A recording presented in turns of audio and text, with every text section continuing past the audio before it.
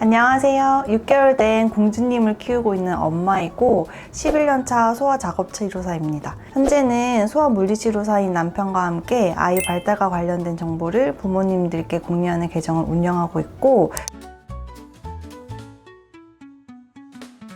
아이가 태어나기 전부터 가장 많이 고민을 했던 부분이 바닥이었는데요. 왜냐하면 아이의 안전이나 미끄러짐 그리고 층간소음 문제와 연결이 되기 때문이에요. 그리고 이제 최근에 저희가 구축 아파트로 이사를 오게 되면서 층간소음에 대한 걱정이 더 커졌고, 아이가 곧 기고 걷게 될 시기라서 아이의 안전을 더 중요하게 생각하게 됐어요. 기존에는 두꺼운 폴더 매트를 사용하고 있었는데 아이가 뒤집고 되짚으면서 매트 끝에서 굴러 떨어진 적이 몇 번 있었고, 제가 아이를 안고 이동을 하다가 매트 단차에 걸리는 경우가 종종 있었어요. 생각보다 일상에서 불편함이 굉장히 크더라고요. 특히 한번 매트 끝에서 굴러 떨어진 이후로는 이거는 구조적으로 좀 해결을 해야겠다는 생각이 좀 들었고, 주변을 보니까 폴더 매트를 쓰다가 결국에는 매트 시공으로 가는 경우가 되게 많아서 그거 보고 시공을 진지하게 고민을 하게 됐어요. 그리고 이제 저희가 임상에서 되게 이제 아이들을 많이 치료를 하는 환경이다 보니까 매트가 항상 깔려 있는데, 그때도 이제 폴더 매트냐 시공 매트냐 이런 거 깔려 있는 환경들을 보면서 많이 비교가 됐고 많이 고민을 좀 하게 됐던 것 같아요.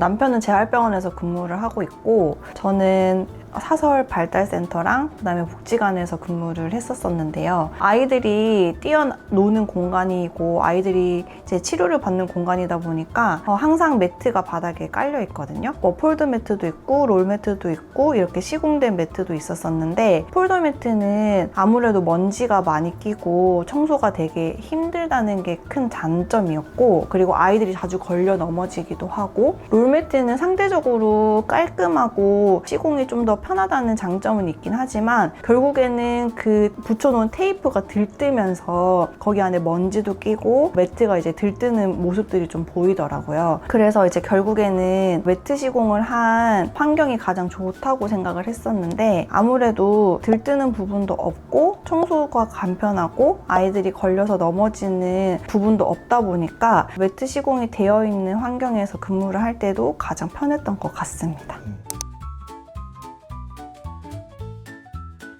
일단은 상담 단계부터 굉장히 꼼꼼하고 친절하게 일정을 조율을 해주셔서 되게 좋았고요. 시공 당일에는 작업자 두 분이서 오셨는데 직접 가구를 들고 옮기시면서 진행을 해주셨고, 저희가 생각했던 것보다 훨씬 빠르게 진행이 됐고 체계적으로 작업을 해주셨어요. 특히 이제 인상적이었던 건 마감 부분이 되게 인상적이었었는데요. 들뜨는 부분이 없이 벽면 라인도 깔끔하게 정리가 돼서 완성도가 되게 높다고 느껴졌어요. 그래서 이제 매트를 임상에서 많이 봐온 전문가 입장에서 봐도 디테일이 잘 잡혀 있다고 생각을 했습니다.